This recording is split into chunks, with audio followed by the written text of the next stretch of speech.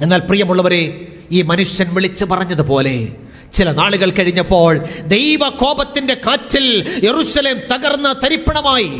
ഇന്ന് പകൽക്കാലം ഒന്നാം ദൂതൻ ലോകത്തോട് വിളിച്ചു പറയുന്നു, ഇതാ ദൈവത്തിന്റെ ന്യായവിധിയുടെ നാഴിക വന്നിരിക്കുകയാണ്.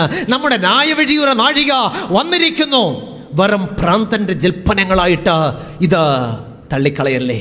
പലപ്പോഴും പ്രസംഗം കേൾക്കുമ്പോൾ ചിലർക്ക് ഓഫാക്കിട്ട് എഴുന്നേറ്റ് പോവും. പ്രിയമുള്ളവരെ, ഇത് വെറും ഭ്രാന്തന്റെ ജൽപ്പനങ്ങളല്ല, ഇത് നിത്യ സുവിശേഷത്തില് ഒന്നാം ദൂതൻ ലോകത്തോട് വിളിച്ചു പറയുന്ന സന്ദേശമാണ്. വിശുദ്ധ വേദപുസ്തകം നാം പഠിക്കുമ്പോൾ ഇബ്രായ ലേഖനം 9-ാം അധ്യായം അതിന്റെ 27-ാമത്തെ വാക്യത്തില് ദൈവത്തിന്റെ പരിശുദ്ധാത്മാവ് ഇങ്ങനെ രേഖപ്പെടുത്തിയിട്ടുണ്ട്. എബ്രായർ 9:27, ഒരിക്കൽ മരിക്കുകയും പിന്നെ ന്യായവിധിയും മനുഷ്യർക്ക് നിയമിച്ചിരിക്കുന്നു. ഇപ്പൊ വേദപുസ്തകം അടിവരയിട്ട് പറയുന്നൊരു പരമാർത്ഥമുണ്ട്, എനിക്കും നിങ്ങൾക്കും ഒരു ന്യായവിധിയുണ്ട്. ദൈവത്തിന് സ്തോത്രം. എന്ന് പറഞ്ഞാൽ ആദം മുതൽ ഈ ഭൂമിയിൽ മരിച്ച് മൺമറഞ്ഞ സകല മനുഷ്യർക്കും ഒരു ന്യായവിധിയുണ്ട്. അതിൽ ആരൊക്കെ ഉൾപ്പെടുന്നു? ദൈവങ്ങളെന്നും അവതാരങ്ങളെന്നും പുണ്യവാന്മാരെന്നും പുണ്യവതികളെന്നും മനുഷ്യരാൽ പുകഴ്ച ലഭിച്ചവർ, ചരിത്ര പുരുഷന്മാരെന്നും യുഗപുരുഷന്മാരെന്നും മഹാത്മാക്കളെന്നും മനുഷ്യർ വാഴ്ത്തിപ്പാടിയവർ, ലോകത്തെ കിടുകിടവിറപ്പിച്ച രാജാക്കന്മാർ, മഹാസമുദ്രത്തിന് നേരെ പോലും വാളോങ്ങിയ ചക്രവർത്തിമാർ, പുത്തൻ കണ്ടുപിടുത്തങ്ങൾക്ക് വഴിമരുന്നിട്ട ശാസ്ത്രജ്ഞന്മാർ, ജ്യോതിർഗോളങ്ങളെപ്പോലും അമ്മാനമാടുവാൻ തക്കവണ്ണം ഉയരങ്ങൾ കീഴടക്കിയ ശാസ്ത്ര കുതുകികൾ, ആഴക്കടലിന്റെ ആഴങ്ങളിൽ പോലും വിജ്ഞാനത്തിന്റെ മണിമുത്തുകൾ തേടിയ ശാസ്ത്രലോകത്തെ ഗവേഷകന്മാർ, ശാസ്ത്ര സാങ്കേതിക വിജ്ഞാന മണ്ഡലങ്ങളിൽ പ്രാവീണ്യം തെളിയിച്ച ശാസ്ത്രജ്ഞന്മാർ, ആറ്റത്തെ വിഭജിക്കുകയും ആറ്റം ബോംബുണ്ടാക്കുകയും ചെയ്യുന്ന ആണവ വിദഗ്ധന്മാർ, സൂപ്പർസോണിക് വിമാനങ്ങളും അത്യാധുനിക കമ്പ്യൂട്ടറുകളും നിർമ്മിക്കുന്ന IT വിദഗ്ധന്മാർ, മനുഷ്യ ശരീരത്തിലെ ഹൃദയം ഉൾപ്പെടെയുള്ള ആന്തരിക അവയവങ്ങളെ മാറ്റിവെക്കുവാൻ കെൽപ്പുള്ള പിശക്കുരന്മാർ. പ്രിയമുള്ളവരെ, അങ്ങനെ സമൂഹത്തിന്റെ നാനാ തുറകളിലും പെട്ട സകല മനുഷ്യർക്കും ഒരു ന്യായവിധിയുണ്ടെന്ന് ദൈവത്തിന്റെ വചനം അടിവരയിട്ട് പ്രസ്താവിക്കുന്നു. ഞാൻ ഈ മേൽപ്പറഞ്ഞ പുള്ളികളൊക്കെ ശാസ്ത്രത്തിന്റെ പെരുവഴിയിലൂടെ ഒരു നൂറ്റാണ്ടുകാലം കുതിച്ചു പാഞ്ഞിട്ടും മരണമെന്ന യാഥാർത്ഥ്യത്തിന് മുന്നിൽ അവർ ഉത്തരം മുട്ടി നിൽക്കുമ്പോൾ വേദപുസ്തകം എന്ന് പറയുന്നു, ഒരിക്കൽ മരിക്കുകയും പിന്നെ ന്യായവിധിയും മനുഷ്യർക്ക് നിയമിച്ചിരിക്കുന്നു എന്ന് പറഞ്ഞാൽ ഒന്നാം ദൂതൻ ലോകത്തോട് വിളിച്ചു പറയുന്നു, ഇതാ അവിടുത്തെ ന്യായവിധിയുടെ നാഴിക വന്നിരിക്കുന്നു. ദൈവത്തിന് സ്തോത്രം. നാം വേദപുസ്തകം പഠിക്കുമ്പോൾ ന്യായവിധിയുടെ രംഗത്തെക്കുറിച്ച് വിശുദ്ധ വേദപുസ്തകം വളരെ വ്യക്തമായിട്ട് നമ്മെ പഠിപ്പിക്കുന്നുണ്ട്. ദാനിയേൽ പ്രവചനം അതിന്റെ 7-ാം അധ്യായം 9-10 വാക്യങ്ങൾ. ദാനിയേൽ പ്രവചനം 7-ാം അധ്യായം അതിന്റെ 9-10 വാക്യങ്ങൾ. അവിടെ എന്താ രേഖപ്പെടുത്തിയിരിക്കുന്നത്?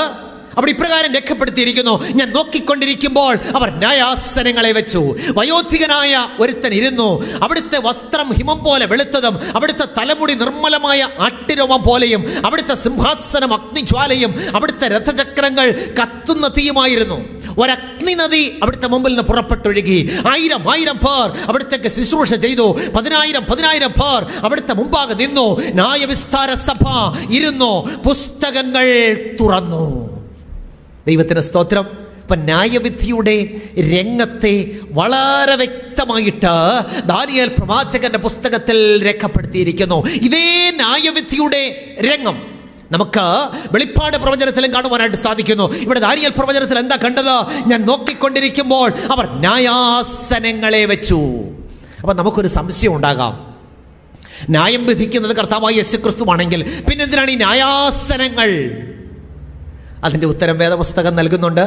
ഒരിക്കൽ പത്രോസ് യേശു കർത്താവിനോട് ഇപ്രകാരം ചോദിച്ചു, കർത്താവേ, ഞങ്ങൾ സകലവും വിട്ട് അങ്ങയെ അനുഗമിച്ചിരിക്കുന്നുവല്ലോ, ഞങ്ങൾക്ക് എന്ത് കിട്ടും? എന്തായിരുന്നു കർത്താവിൻ്റെ മറുപടി? യേശു കർത്താവ് പറഞ്ഞു, സകലവും വിട്ട് എന്നെ അനുഗമിച്ചിരിക്കുന്ന നിങ്ങൾ പുനർജനനത്തിൽ മനുഷ്യപുത്രൻ തന്റെ തേജസ്സിന്റെ സിംഹാസനത്തിൽ ഇരിക്കുമ്പോൾ നിങ്ങളും 12 സിംഹാസനത്തിലിരുന്ന ഇസ്രായേൽ ഗോത്രം 12നെയും ന്യായം വിധിക്കും. ദൈവത്തിന് സ്തോത്രം. അപ്പോൾ ന്യായവിധിക്ക് സിംഹാസനങ്ങൾ ആവശ്യമാണെന്ന് പിടികിട്ടിയല്ലോ. വീണ്ടും വെളിപ്പാട് പ്രവചനം അതിന്റെ 20-ാം അധ്യായം 11-12 വാക്യങ്ങൾ വായിക്കുമ്പോൾ വെളിപ്പാട് അതിന്റെ 20-ാം അധ്യായം 11-12 വാക്യങ്ങളിൽ ന്യായവിധിയുടെ ഇതേ രംഗത്തെ വീണ്ടും ആവർത്തിച്ചിരിക്കുന്നത് നമുക്ക് കാണുവാനായിട്ട് സാധിക്കും.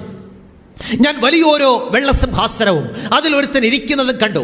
ഭൂമിയും ആകാശവും അവിടുത്തെ സന്നിധിയിൽ നിന്ന് ഓടിപ്പോയി, അവയെ പിന്നെ കണ്ടില്ല. മരിച്ചവർ ആബാലവൃദ്ധം സിംഹാസനത്തിന് മുമ്പിൽ നിൽക്കുന്നതും ഞാൻ കണ്ടു. പുസ്തകങ്ങൾ തുറന്നു, ജീവന്റെ പുസ്തകം എന്ന മറ്റൊരു പുസ്തകവും തുറന്നു. പുസ്തകങ്ങളിൽ എഴുതിയിരുന്നതിനൊത്തവണ്ണം മരിച്ചവർക്ക് അവരവരുടെ പ്രവൃത്തികൾക്കടുത്ത ന്യായവിധി ഉണ്ടായി. ദൈവത്തിന് സ്തോത്രം. പ്രിയമുള്ളവരെ, വേദപുസ്തകം വളരെ വ്യക്തമായിട്ട് അടിവരയിട്ട് നമ്മോട് പറയുന്നു, നമുക്കൊരു ന്യായവിധിയുണ്ട്. ദൈവത്തിന് സ്തോത്രം. അപ്പോൾ സംശയം, ആരാണ് നമ്മെ ന്യായം വിധിക്കുന്നത്? യോഹന്നാന്റെ സുവിശേഷം 5-ാം അധ്യായം അതിന്റെ 22-ാമത്തെ വാക്യം. യോഹന്നാൻ 5:22. അവിടെ എന്ത് പറയുന്നു?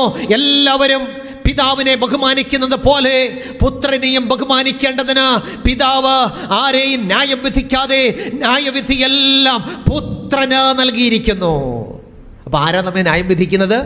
എല്ലാവരും പിതാവിനെ ബഹുമാനിക്കുന്നത് പോലെ പുത്രനെയും ബഹുമാനിക്കേണ്ടതിന് പിതാവ് ആരെയും ന്യായം വിധിക്കാതെ ന്യായവിധിയെല്ലാം പുത്രന് നൽകിയിരിക്കുന്നു. കർത്താവായ യേശു ക്രിസ്തുവാണ് നമ്മെ ന്യായം വിധിക്കുന്നത്. അടുത്ത സംശയം, ന്യായവിധിക്കായിട്ട് ദൈവം പ്രത്യേക ദിവസം വല്ലതും നിശ്ചയിച്ചിട്ടുണ്ടോ? ഉണ്ട്. അപ്പോസ്തല പ്രവൃത്തികളുടെ പുസ്തകം അതിന്റെ 17-ാം അധ്യായം 31-ാമത്തെ വാക്യം. അപ്പോസ്തല പ്രവൃത്തികൾ 17:31. അവിടെ എന്ത് പറയുന്നു? താൻ നിയമിച്ച പുരുഷൻ മുഖാന്തരം ലോകത്തെ നീതിയിൽ ന്യായം വിധിപ്പാൻ അവിടുന്ന് ഒരു ദിവസത്തെ നിശ്ചയിച്ചു. അവിടുത്തെ മരിച്ചവരുടെ ഇടയിൽ നിന്ന് ഉയർത്തെഴുന്നേൽപ്പിച്ചതിനാൽ എല്ലാവർക്കും അതിന്റെ ഉറപ്പ് നൽകിയിരിക്കുന്നു. അപ്പൊ നമുക്ക് ന്യായവിധി ഉണ്ടെന്നും ന്യായവിധിക്കായിട്ട് ദൈവം ഒരു ദിവസത്തെ നിശ്ചയിച്ചിട്ടുണ്ടെന്നും ദൈവത്തിന്റെ വചനം വളരെ വ്യക്തമായിട്ട് നമ്മെ പഠിപ്പിക്കുന്നു. ഇപ്പോൾ ഒരു കോടതിയുടെ രംഗമാണ് നാം കാണുന്നത്. പ്രധാന ന്യായാധിപനായ കർത്താവ്.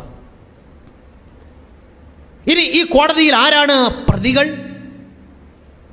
കോടതിയാകുമ്പോൾ പ്രതിയും വാദിയെ കൊണ്ടായിരിക്കുമല്ലോ. ആരാണ് ഈ കോടതിയിലെ പ്രതികൾ?